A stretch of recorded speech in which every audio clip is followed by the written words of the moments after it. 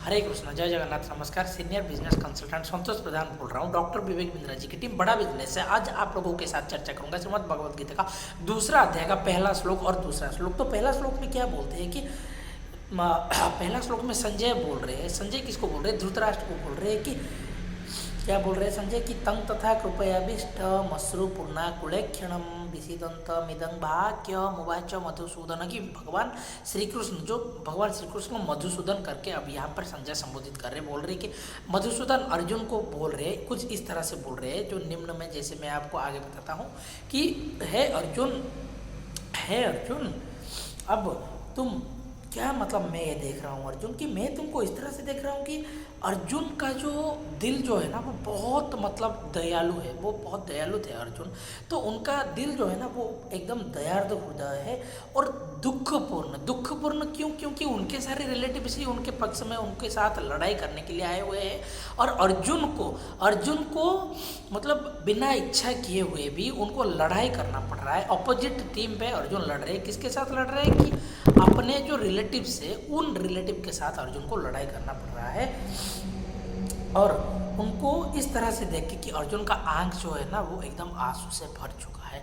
उनका जो दिल है वो मतलब अभी एकदम दुखद आदमी को देखते हैं तो जैसा कि रोता हुआ दुख में आदमी जिस तरह सा physical condition, physical activities show करता है, तो अर्जुन अभी उस तरह से उनके हाथ से गांडीव भी नीचे गिर चुका है और वो एकदम बैठकर रो रहे हैं। अर्जुन तो भगवान क्या बोल रहे हैं कि दूसरे श्लोक में, अब दूसरा श्लोक जो है ना बहुत ही इंटरेस्टिंग, क्योंकि पहली बार भगवत गीता में पहली बार भगवान श्री कृष्ण ने अपने हाथ में माइक लिए है दूसरा अध्याय की दूसरे श्लोक पे। तो ये बहुत ही स्पेशल है कन्वर्सेशन कि कुतस्त्वा कस्मलमीदम विषमय समुपस्थितम अनार्य जुष्टम अस्वर्ग म कीर्ति करम अर्जुन की भगवान बोल रहे हे अर्जुन तुम्हारे अंदर इतना सारा कलमस, इस समय इतना विषम परिस्थिति में इतना सारा कलमस तुम्हारे अंदर, तुम्हारे दिल के अंदर कैसे जन्म हो गया अर्जुन? कहाँ से आया इतना सारा गंदगी तुम्हारे मन में, तुम्हारे दिल में?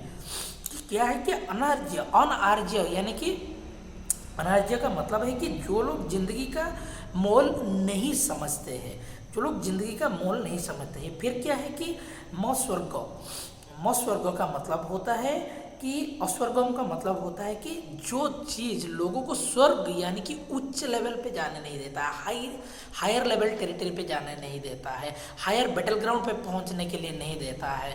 और उसके साथ साथ क्या है कि अकीर्ति यानी कि अपमान, जस, निंदा, ये सारी चीज जो है ना ये अकीर्ति भी तुम्हें मिलेगा। अर्जुन तुम इस तरह से कैसे सोच भी कैसे सकते हो? क्योंकि ये सारे चीज जो है ना अब तुमको मतलब ना ही स्वर्ग प्राप्त के लिए मदद करेगा और लोग तुम्हारे ऊपर हंसेंगे। अर्जुन लोग बोलेंगे ये तो अर्जुन जो है ना कापुरुष था, भीरू था, क्योंकि युद्ध करने के लिए डर कर ही चला गया। बोलते हो तो तुम परंतप अर्जुन हो, एकदम क्या है 21 इंच वाला डोला है तुम्हारा, बाइसेप से 21 इंच वाला एकदम फुल के एकदम बॉडी शॉडी डोला सोला वाला हो, लेकिन फिर भी तुम डर के मारे युद्ध छोड़ के, डर की वजह से युद्ध छोड़ के वापस जा रहे हो, युद्ध ही नहीं कर रहे हो। इसमें तुमको क्या होगा? अपमान मिलेगा, अकीर्ति होगा, तुम्हारा निंदा होगा, तुमको स्वर्ग का प्राप्ति भी नहीं होगा, साथ ही साथ लोग तुम्हारे ऊपर हंसेंगे। अर्जुन अब अर्जुन भगवान को क्या बोल रहे, देखिए कितना अच्छा कम्युनिकेशन। और यहाँ पर क्या है कि एक टॉपिक हम लोगों को एक चीज़ नोटिस करना चाहिए और जानना, याद रखना चाहिए कि आप कभी भी बिजनेस फील्ड में हो, अगर सेल्स के फील्ड में हो ना, तो सबसे पहले कि अगर कुछ भी ऑब्जेक्शन आता है ना तो उसको हैंडल करने का सबसे आसान तरीका आज आपको बता रहा हूँ, जो मेरे गुरुदेव भगवान श्री कृष्ण डॉक्टर विवेक बिंद्रा सर श्रील प्रभुपाद जी बताए हुए हैं।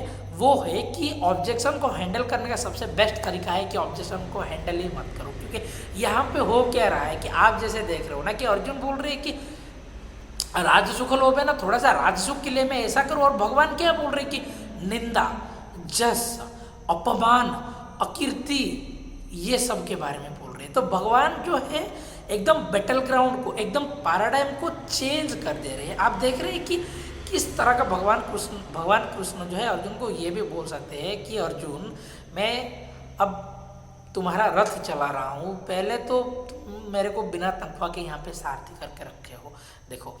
और मतलब बोल रहा हूँ ऐसे क्योंकि भगवान कृष्ण और अर्जुन का जो कन्वर्सेशन है, जो रिलेशन है, उसको तो मैं डिफाइन ही नहीं कर सकता, लेकिन मेरे हिसाब से मेरे दिल से जो चीज़ अच्छा लगता है, थोड़ा उत्साह में आकर मैं बोल देता हूँ कि भगवान ये भी बोल सकते हैं कि अर्जुन बिना तनख्वाह का, बिना सैलरी का मेरे को यहाँ पे काम करा रहे हैं। और अर्जुन के साथ कैसा उन्होंने कोलाबोरेशन अप्रोच किया था, आप लोगों को बता रहा हूँ कि भगवान ने अर्जुन को बोला था कि जब तुमको अर्जुन रथ को राइट दिशा पे लेना हो तो मेरे राइट पीठ पर 1 लात मारना, अगर लेफ्ट में लेना हो तो लेफ्ट पीठ पे 1 लात मारना, लेफ्ट पीठ पे 1 लात, अगर रथ को रोकना हो तो बीच के पीठ में 1 लात मारना, अगर रथ को तेज से चलाना हो, तेजी से जाना हो, स्पीड में जाना हो तो बीच के पीठ में 2 लात मारना, अगर रथ को और तेज चलाना हो, और तेज सबसे ज़्यादा तेज अगर चलाना हो ना तो फिर बीच के पीठ में ना अर्जुन 3 लात मार देना। कौन होता है ऐसा लीडर जो अपने फॉलोअर के लिए, अपने भक्त के लिए, अपने जूनियर के लिए खुद लात खाकर, खुद मार खाकर उनको सपोर्ट कर रहे हैं। और दुनिया में ऐसा अद्वितीय है, सिर्फ भगवान श्री कृष्ण ही ऐसा लीडर है और कोई हो नहीं सकता है। तो अब हम लोग क्या करते हैं कि देखते हैं कि यहाँ पे कन्वर्सेशन, कम्युनिकेशन जो है ना वो आपको भी सीखना चाहिए कि कुछ भी आपका ऑब्जेक्शन हो। जैसे कि हाल ही में क्या हुआ था, मैं एक न्यूज़ देख रहा था कि एक जो नेता है, एक राजनेता है, उनको एक पत्रकार ने पूछा, तो एक पत्रकार ने, एक न्यूज़ रिपोर्टर ने क्या पूछा उनको कि मैंने सुना है कि आपके राज्य में बहुत सारा हिंदू मुस्लिम का दंगा चलता है। तो उन्होंने क्या किया, देख सुनिए, उन्होंने बोला कि देवी जी बात तो आप बिल्कुल सच बोल रहे हो, लेकिन बात क्या है ना कि मैं आपको बताता हूँ और आप भी इसको ध्यान से नोट कर लीजिएगा, नोटिस करिएगा आप मेरी बात को, कि अब मेरे राज्य में ना जो एम्स हॉस्पिटल है उसको मैंने सबसे पहले बनाया। दूसरी बात, मेरे राज्य में बहुत सारे कच्चे सड़कें थे तो उसको मैं अभी पक्का बना रहा हूँ, बहुत सारा सड़क को मैं कनेक्ट कर रहा हूँ आपस में। तीसरी बात, मेरा राज्य के जिस जगह पर बिजली नहीं पहुँचा था, भारत स्वाधीन होने के बाद से आज तक बिजली नहीं पहुँचा था, मैं उन गाँव तक बिजली पहुँचाता हूँ। अब जिस रास्ता बना है उसमें हिंदू का गाड़ी भी चलता है, मुस्लिम का गाड़ी भी चलता है। जो एम्स हॉस्पिटल बना है उसमें हिंदू का भी इलाज होता है, मुस्लिम का भी होता है। और जो बिजली भी जाता है वो ये पूछ के नहीं जाता है उस गांव में कि इस गांव में हिंदू है या मुस्लिम है। यानी कि कन्वर्सेशन किस तरह का है, आप लोग इसमें से ध्यान रखिएगा कि कभी भी ऑब्जेक्शन को हैंडल करने के लिए ना सबसे बेस्ट तरीका है कि ऑब्जेक्शन को हैंडल ही मत करो, उसका दिशा चेंज कर दो, उसका बैटल ग्राउंड चेंज कर दो और उसका मोड ही चेंज कर दो। और मैं थोड़ा सा प्रयास किया है कि आप लोगों तक ये श्लोका को पहुंचा पाऊँ। और अभी हम लोग चलेंगे तीसरा श्लोका पे। तो तीसरा श्लोका जो है वो क्या है कि तीसरा श्लोका है क्लैब्यंगमास्मगमः पार्थ नैत्यत्युपपद्यते क्षुद्र हृदय दौर्बल्यं त्यक्त तिष्ठ। परंतु भगवान अर्जुन को बोल रही कि तुम ऐसे दुर्बल कैसे हो सकते हो अर्जुन, उठो जागो और तब तक भागो अपने लक्ष्य के पीछे। जब तक तुम अपना लक्ष्य को हासिल नहीं कर सकते हो तब तक भागना रहना है, तब तक तुमको भागना रहना है, भागना ही पड़ेगा है अर्जुन।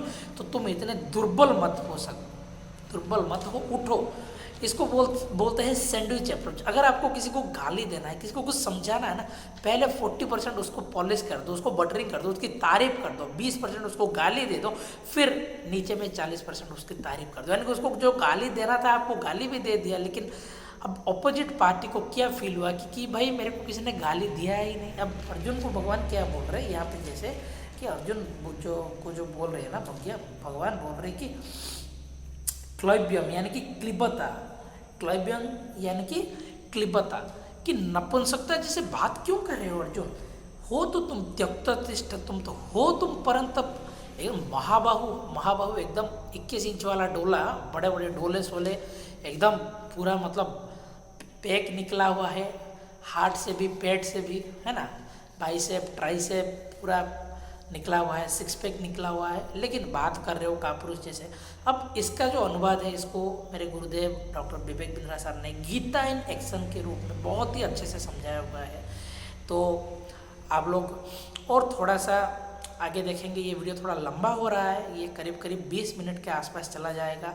और आप लोग आगे देखिएगा कि किस तरह से भगवत गीता का 2 नंबर अध्याय का 2 श्लोक का एक्सप्लेनेशन किया गया है, वो भी डॉक्टर बिंद्रा जी के द्वारा। तब तक के लिए नमस्कार, धन्यवाद। गीता की स्वागत है आपका। भगवत गीता का पहला अध्याय समाप्त हो चुका है और अब हम दूसरे अध्याय के दूसरे श्लोक से चर्चा करेंगे। अब तक अर्जुन दुखी हो चुके थे, परेशान हो चुके थे, उनको लग रहा था कि मैं महत पाप करने जा रहा हूं, मैं राजसुख लोभ के चक्कर में जा रहा हूं, और इसीलिए अब तक कृष्ण कुछ नहीं बोले। अब तक कृष्ण सुनते रहे और अर्जुन पूरा पहला अध्याय बोलते रहे। दूसरे अध्याय के दूसरे श्लोक में पहली बार अब कृष्ण कुछ बोलेंगे, इसीलिए इस वीडियो का, इस एपिसोड का अलग ही महत्व बन जाता है, क्योंकि अब पहली बार कृष्ण ने माइक अपने हाथ में पकड़ा है। हालांकि अर्जुन फिर से वापस लेने की कोशिश करने वाले हैं। इनके 1-2 श्लोक के बाद अर्जुन फिर से माइक वापस लेंगे कृष्ण से। दूसरे अध्याय के 7वें श्लोक के बाद गीता यू टर्न ले चुकी होगी, वो आपको अगले एपिसोड में पता चलेगा। क्या सीरीज ऑफ कॉन्वर्सेशन है ये। भगवत गीता ऐसा ग्रंथ है जिसका हर एपिसोड हर व्यक्ति को पूरे देश के जरूर देखना चाहिए। Would you agree with me? Hare Krishna. शुरू करते हैं आज का एपिसोड, दूसरे अध्याय का दूसरा श्लोक। ये श्लोक क्या है? ये है अपमान से सम्मान तक। इसका टाइटल होना चाहिए अपमान से सम्मान तक। हाँ, क्या टाइटल होना चाहिए, कैसे होना चाहिए, इसको समझते हैं। श्री भगवान उवाच, श्री भगवान ने कहा, मेरे पीछे श्लोक बोलिए, बोले श्री भगवान उवाच कुतस्त्वा कश्मलमिदं विषमे समुपस्थितम् अनार्य जुष्टम अस्वर्ग्यम अकीर्ति कर्म अर्जुना। श्री भगवान ने कहा, हे अर्जुन, तुम्हारे मन में ये कलमश कहां से आ गया? कैसे आ गया ये कलमश? यानी कि भगवान के मन में क्या चल रहा था? भगवान के मन में इतनी देर चल रहा था कि अर्जुन बकवास कर रहा है ना, लेकिन वो सुन रहे थे ध्यान से। That's leadership. इमेजिन, पहली लाइन ही बोली भगवान ने, तुम्हारे मन में ये कलमश कहां से आ? इसका मतलब अंदर से भरे पड़े थे। लेकिन जब आदमी अंदर से भरा होता है तो वो क्या बोलता है? बोल ले तू, पहले बोल ले, बोल तू, बोल, मैं बोलूंगा तब बताऊं, एक एक बात का जवाब। लेकिन भगवान ऐसा कुछ नहीं किया, भगवान मुस्कुरा रहे थे खाली। भगवान ये भी कहते हैं, बिना बात के मेरे को ड्राइवर बना के रखा हुआ है यहाँ पे, कमाल है। मतलब मिनिमम वेजेस की तनख्वाह भी नहीं दे रहे मेरे को, उसके बाद रात को घोड़े भी धुलाता हूं मैं। और तब इतना शोर होता था, मालूम नियम क्या बनाया आपस में अर्जुन कृष्ण ने कि रथ चल रहा हो, युद्ध चल रहा हो, इतना शंख नगाड़े, इतने तीर, इतने। उस समय में अगर तुम्हें अर्जुन राइट में जाना हो तो मेरे दाएं कंधे पे लात मार देना, क्योंकि आवाज नहीं सुनाई पड़ेगी। बायां जाना हो तो मुझे बाएं कंधे पे लात मार देना। अगर रुकना हो तो पीठ के बीच में लात मारना, और अगर तेज चलाना हो, आगे बढ़ना हो तो 2 बार पीठ पे लात मार देना बीच में, और अगर बहुत तेज चलाना हो तो 3 बार पीठ पे लात मार देना। बहुत ज्यादा तेज चलाऊंगा रात। ये सोचो, ये भगवान की विनम्रता है। एक लीडर अपने जूनियर से लाते खा करके उसकी सेवा करता हो, वो है श्री कृष्ण। इमेजिन करिए, कौन सा लीडर बोलता है कि मुझे लाते मारो? ये है कृष्ण। कृष्ण के कैरेक्टर से आपको क्या क्या सीखने को मिलता है। इसीलिए मैं चाहता हूं कि देश का हर बच्चा भगवत गीता को पढ़े, अपने जीवन में उतारे, क्योंकि ये प्रोग्राम है Gita in. Loud guys, come on, Gita in. Gita को एक्शन में कैसे उतारे, जीवन में कैसे उतारे, that's the main part. Krishna कहते हैं, अर्जुन, तुम्हारे मन में कलमश कहां से आ गया? ये उस मनुष्य के लिए तनिक भी अनुकूल नहीं है जो जीवन के मूल्यों को जानता हो। इस उच्च लोक की नहीं अपितु अपयश की प्राप्ति होती है। इससे उच्च लोक यानी कि स्वर्ग नहीं मिलेगा आपको, अपयश यानी कि बदनामी मिलेगी। क्या मिलेगी? ध्यान से देखो भगवान करना क्या चाह रहे हैं। भगवान बता रहे हैं, ये करने से अनार्यम, अस्वर्गम, अकीर्ति, तुम्हारे अंदर वैल्यूज खत्म, स्वर्ग नहीं मिलेगा, इज्जत भी चली जाएगी तुम्हारी। लोग क्या कहेंगे? ये कैसा क्षत्रिय, डर के भाग गया, कायर कहीं का। Are you with me? Yes, क्या बोलते हैं आगे? वो मुद्दा क्या है? भगवान ना, अर्जुन कहां से काम कर रहा है? अर्जुन चर्चा कर रहा है नीचे के लेवल से, पैसा, घर, प्रॉपर्टी। भगवान बात कर रहे हैं ऊपर के लेवल से, मान, सम्मान, इज्जत। क्या मेरी बात समझ आ रही है? भगवान ने पैराडाइम चेंज कर दिया, बैटल ग्राउंड चेंज कर दिया, मानसिकता बदल दी, स्टेज ही एलिवेट कर दिया पूरा। भगवान ने कहा ये सम्मान बहुत बड़ी चीज है अर्जुन, ऐसा ना हो। देखो सम्मान ऐसी चीज है जिसका अपमान का डर आदमी को जिंदगी भर रहता है। अपमान एक ऐसी चीज का डर जिंदगी भर रहता है। बच्चों की परवरिश में भी आपको डर लगता है बच्चे बिगड़ ना जाए, लेकिन कब तक लगता है? जब तक बच्चे बड़े हो जाते हैं, उसके बाद डर लगना बंद हो जाता है। नौकरी खो जाने का डर भी आपको रहता है कि नौकरी चली ना जाए, लेकिन वो भी तभी तक रहता है जब तक आप रिटायर ना हो जाए। रिटायर होने के बाद आपको नौकरी खोने का डर भी नहीं लगता है। ये पत्नी मेरे लिए ठीक होगी कि नहीं होगी, उसका डर भी आपको शादी होने तक ही लगता है। शादी होने के बाद वो डर भी खत्म हो जाता है, अब ठीक है कि नहीं है, जो भी है यही है। हर एक डर की एक आयु होती है, हर डर की एक आयु होती है, उसी तभी तक डर लगेगा, उसके बाद वो डर नहीं लगेगा। लेकिन अपमान, बेइज्जती, ये ऐसा डर है जिसकी कोई आयु नहीं है। ऐसा नहीं कि आपके बच्चे बड़े हो गए, आप रिटायर हो गए, धन पैसा कमा लिया और उसके बाद सब सारे डर खत्म, सब कुछ कंप्लीट कर लिया, अब आप बोलो आप मेरी इज्जत चली जाए मुझे कोई डर नहीं। क्या बोलते हो ऐसा? नहीं, इज्जत एक ऐसी चीज है जिसकी आयु नहीं है कोई, जिंदगी के एंड तक सबको इज्जत बना के रखनी है। आज इज्जत खोने के डर से आदमी बहुत सारी चीजें सीक्रेटली करता है। एक्स्ट्रा मैरिटल अफेयर किसी को पता ना लग जाए, इसीलिए जब वो डेटिंग ऐप पे भी जाता है तो गलत फोटो लगाता है, गलत नाम लिख जाता है, पूरा नाम नहीं लिखता डेटिंग ऐप पे, लेफ्ट स्वाइप राइट स्वाइप। ये जितने हंस रहे हैं सबने अपना अपना प्रोफाइल बनाया हुआ है। अगर प्री मैरिज प्रेगनेंसी हो जाती है तो कितना डर लगता है, छुपाता है व्यक्ति। टैक्स इवेजन, काला धन, आदमी डर के मारे छुपाता है हर चीज को। अगर उसको रेड लाइट एरिया से भी निकलना पड़ता तो 2 मास्क लगा लेता है, करना कुछ नहीं लेकिन उधर से जाने में दिक्कत होती है कि नहीं?